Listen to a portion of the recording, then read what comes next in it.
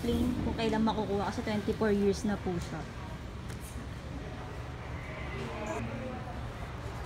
Check lang. Pero mama, check lang namin. Upon checking po, nilagyan ko po siya ng note na okay, included in a partial master lease. Ang partial master lease po, yan po galing sa Loyola Liquidator, yun po yung pinaprocess ng master lease. As of now, ang copy pa lang po ng Insurance Commission na bibigay nila is only partial. Meaning, hindi pa sila tapos kasi nagpapaprocess sa lahat po ng mga nag-file ng claim. If ever na matapos po yun, siguro mga month of June, possible lalabas po yung master lease, yung complete master lease o yung final master lease po, bibigyan ng copy sa Insurance Commission.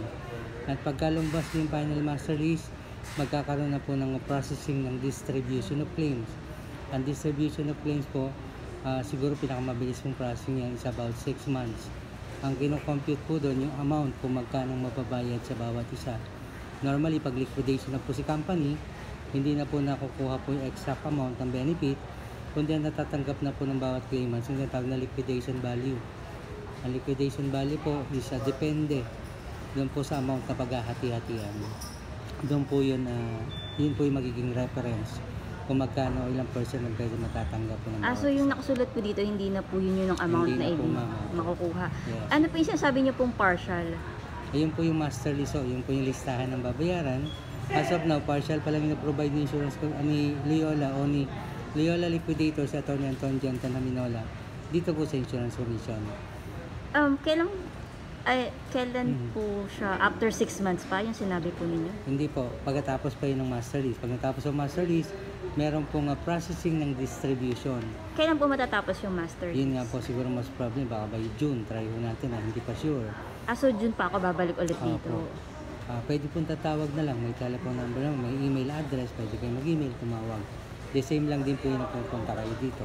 So by June, pa lang po yung kapag complete na po yung master lease, doon nyo po sasabihin sa akin kung makukuha na check, kung magkano yung ibibigay? Hindi pa po ma'am. Hindi pa rin? Na-complete na po yung master lease na pinaprocess ni Loyola Liquidator, si Atty. Antonio Jantan Haminola, magpo-proceed na po sila sa tinatawag kong processing ng distribution.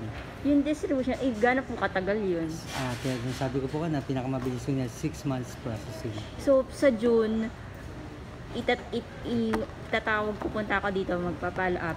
Tapos doon nyo palang sasabihin sa akin kung kailan siya ipaprocess ng attorney. Opo, possible po kung tapos na po yung final master doon nyo palang malalaman kung tapos na po yung master lease. In case po, in the event na hindi pa yung matapos ng Loyola Liquidator, ma-extend pa po ulit ang ma-extend pa siya pag di pa siya tapos. Tama po. Tapos ano po ba, parang pag tumawag na ako ng June, hindi pa sigurado yun kung kailan talaga. Yes. Hindi pa talaga tentative sigurado. Pa rin po yan. Tentative pa rin siya. Ma-confirm na talagang andyan na po yung final master lease, that will be the time na ma-schedule na po yung processing ng distribution. Yung distribution po, po yun, nandun na po yung computation ng kung magkano yung ibibigay sa akin. Magkano pwede may bayad sa inyo. So talagang matatagalan pa talaga siya? Most probably.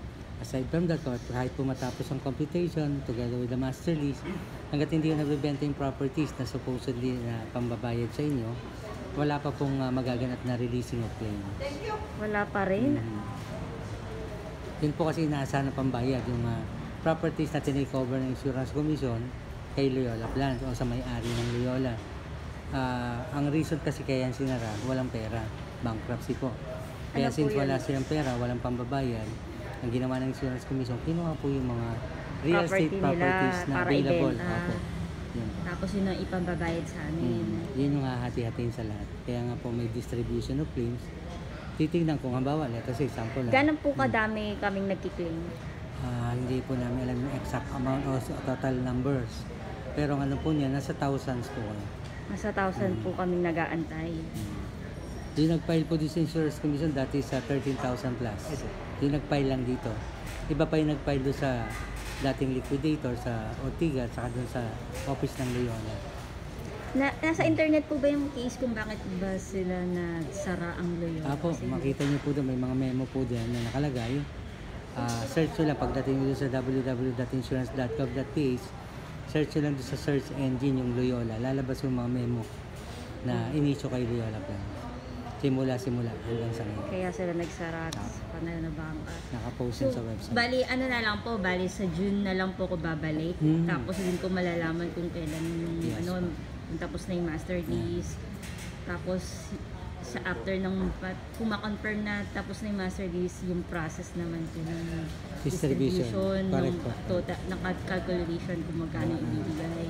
Tapos, pagkatapos nun, hindi pa rin alam kung kailan. Apo. Pero kung nabenta na yung properties at that time, Kailan malalaman, distribution yun. kailan po malalaman na nabenta na yung, ilan po ba yung mga properties nila? Madami po yan. Nakapost din sa website ng Insurance Nakapost din Commission. po sa website Yes. yung properties. Nakalagay Ilan din na nga po yung for sale. nabenta? Wala pa pong Wala pa nabebenta? nga po, kaya wala pa tayong distribution of claims. Kasi the moment na mabenta yan, distribute kagad yan Insurance Commission. Kaso sis wala pa. Kayo po yung nagbebenta ng mga Hindi properties? po, si Atty. Antonio John Siya po. liquidator. Kayo yung nagbebenta talaga. At nakalagay po sa internet kung ilan yung total ng properties. Tapos, ilan na po yung nabenta niyan? Naka-ano po Meron ba siya po. doon? Pero wala Nakapista? pa nga po nabenta. As in? Wala po po. Andun yung Baka mga naman di po list siya ng kumikilos properties. para ibenta. May As in, mga wala ano talaga? naman, may mga buyers naman po. Interested buyers. So happen lang, hindi pa ma-meet yung asking na price kasi ayon sa batas, dapat ang bilihan yan either zonal value or market value. Pag bumaba doon, hindi pwede. Magkakaroon po ng kasong Insurance Commission sa batas. Sa government. Lahat po yan naka-document sa internet. Yes po. Lahat po yan. Check nyo Bali na sa sa ano po website. sa Insurance Commission na website? Kung Or, dito po yan. www.insurance.gov.ph. okay. So, wala pa palang kasiguraduhan Apo lahat. ma'am, wala pa po. So, sa June na lang po talaga kami babalik. Yes po.